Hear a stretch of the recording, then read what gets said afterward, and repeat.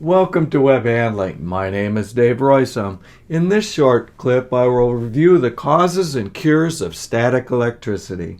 I know your time is precious, so let's get started.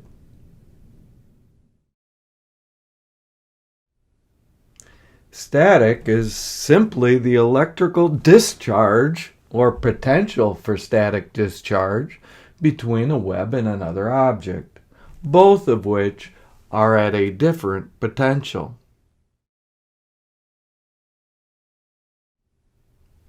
So why should we be concerned about static? First, web handlers seldom are, because static forces are truly tiny compared with tension, nip, and even gravity. But the world is not just about web handling. We also care about human comfort and safety. Many people have been killed, either directly or indirectly, due to static discharges. Also of concern is static's propensity to attract contaminants, damage electronics, and cause other troubles.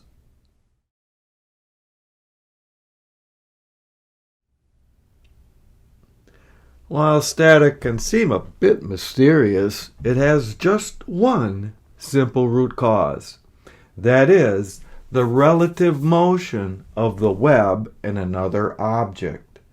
Classic examples include the separation of a web departing an unwinding roll or roller. How bad the static charge is depends on many factors. Speed is just one. The faster you go, the worse it gets. Another major factor is the distance the web and the roller are away from each other on the tribolic series. For example, nylon near the top of the series would readily charge against any metal roller because metals are in the middle, and would violently charge against rubber-covered rollers because most polymer covers are near the bottom of the series.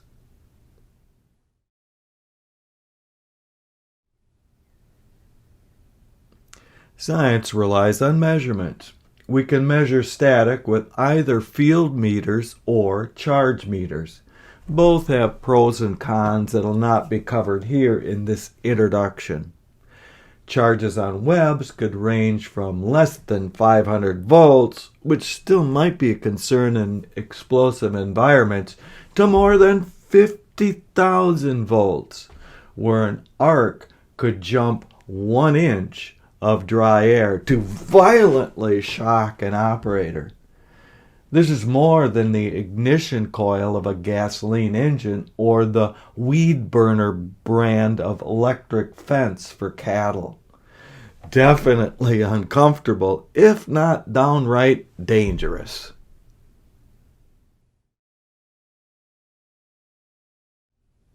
Of course, prevention is often the best place to begin. However, after that, there are many methods of static treatment, varying from the totally ineffective grounding of rollers to powered bars and blowers.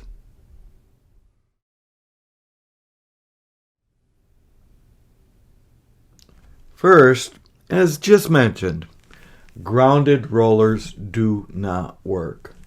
Most rollers are already grounded, and if that were helpful, we wouldn't need any additional treatment. However, grounded tinsel or string might be modestly effective. However, it must be quite close to the entire width of the web and on both sides of the web.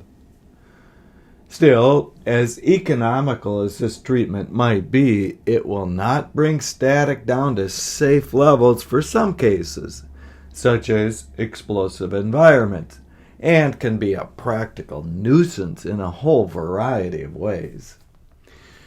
We would then need bars or blowers. Please note that all of these devices must be located some distance away from a grounded element, such as a roller, to work well, if at all.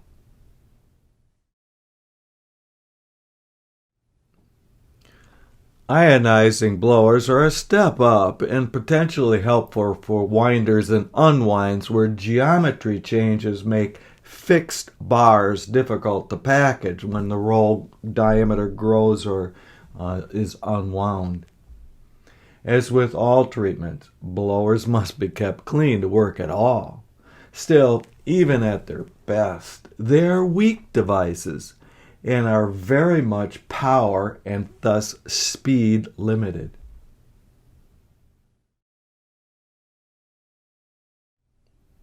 Static bars come in a bewildering array of options, but are much more powerful and thus effective than treatments just described.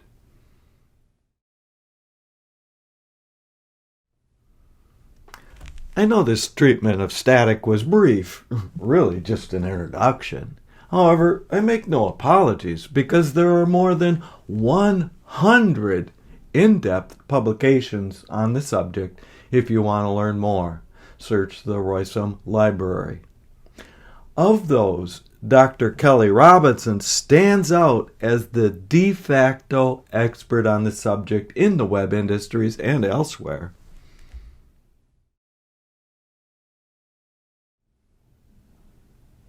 Thank you so very much for joining me in this defect solving and defect preventing series.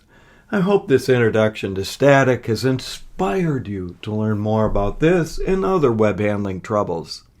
Stay tuned for the next clip where we will talk about web cleaning. If you have a defect you would like to hear about, let me know in the comment section below. If you found anything interesting or useful here, please like and share and subscribe. See you next time.